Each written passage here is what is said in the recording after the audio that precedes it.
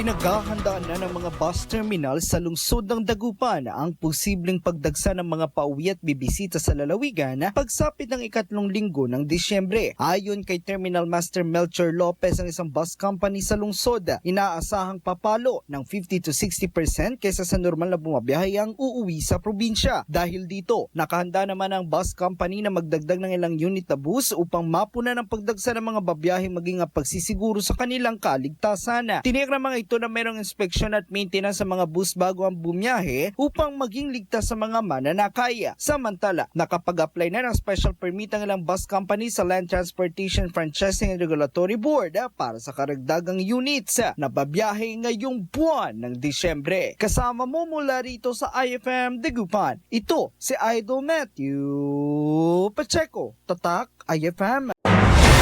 IFM News. IFM News.